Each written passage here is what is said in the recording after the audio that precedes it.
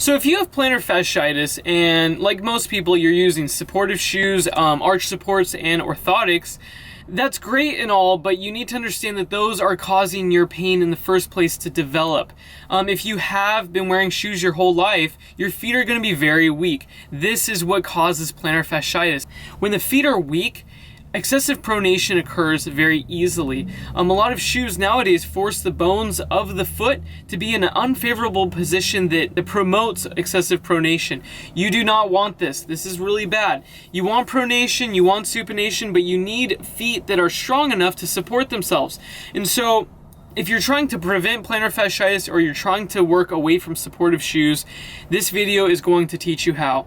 First of all, okay, this is a very, very supportive shoe that's great for plantar fasciitis. You cannot go from this shoe to a minimal shoe overnight, okay? They are very different shoes and your feet are not used to wearing these kinds of shoes. So what we're going to do is we're going to use a semi-supportive shoe.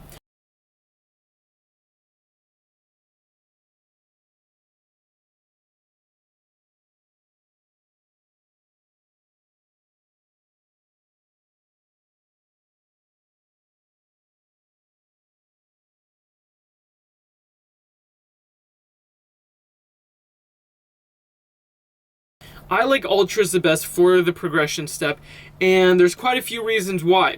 First of all, if you look at a supportive shoe, you're going to have an elevated heel, okay? The heel is really big. This is on all walking or running shoes. When you go from this shoe to a semi-supportive shoe, this is going to have zero heel drop, and what that means is that the heel is not elevated. The amount that it's elevated is the same as the toes, the same as the arch. It's completely flat all the way across, okay? So when you make this progression to a semi-supportive shoe, your calves are going to be very painful because they're not used to firing in that range of motion. They need to be stretched out. So what you want to do is when you make this step progression, you need to work out your calf muscles with trigger point massage, and then you need to stretch out the calves. While you're making this step, you can also start wearing toe spreading devices such as Correct Toes. They're very awesome. Check out all the ones that I recommend on the website because there's lots of good ones. And you can wear them in this semi-supportive shoe. After you've been wearing these shoes for a couple months and you have absolutely zero pain, you will be ready to actually progress to minimal shoes.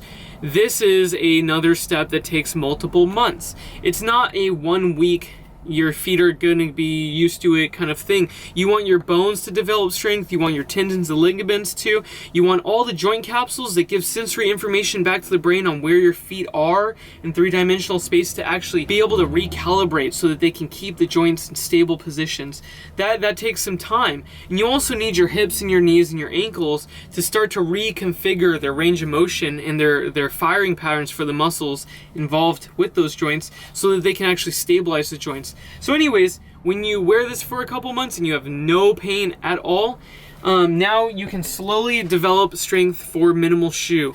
Again, check out the link in the description below or the link in this video to see which minimal shoes and which semi-supportive shoes I recommend. So when you go to a minimal shoe, you'll notice that there's no arch support, there's no cushion at all. See how the semi-supportive shoe has some cushion?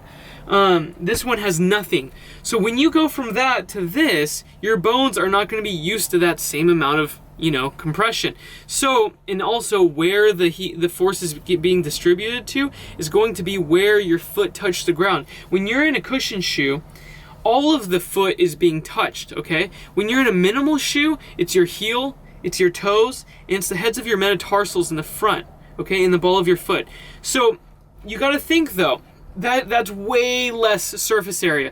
We're talking going from this whole thing of surface area down to this little circle and down to this little part. This whole thing's not even touching the ground that much. I mean, on the edge it is a little bit, but not much. It's not supportive really. So when you make this progression, you're going to get some bone pain, okay? You're gonna get it in the metatarsals. That's the spot between the ankles and the toes.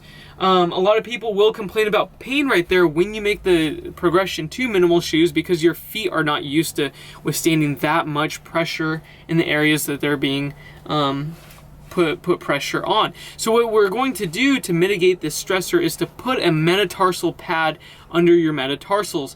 You can Google this, it's on Amazon, very easy to find.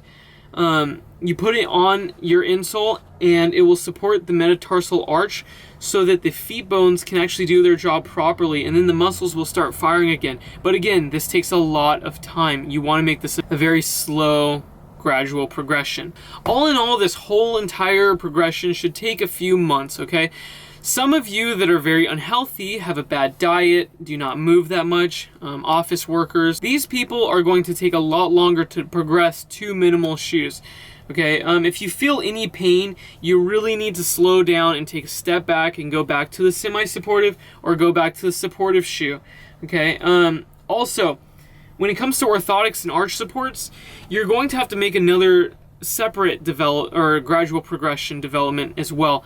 So if you're wearing a very large arch support and it's for a high arch, you're going to go to a medium and then down to a low arch. If you have a very low arch and you've been doing foot exercises and your arch is starting to raise, then you can make the progression to no arch support.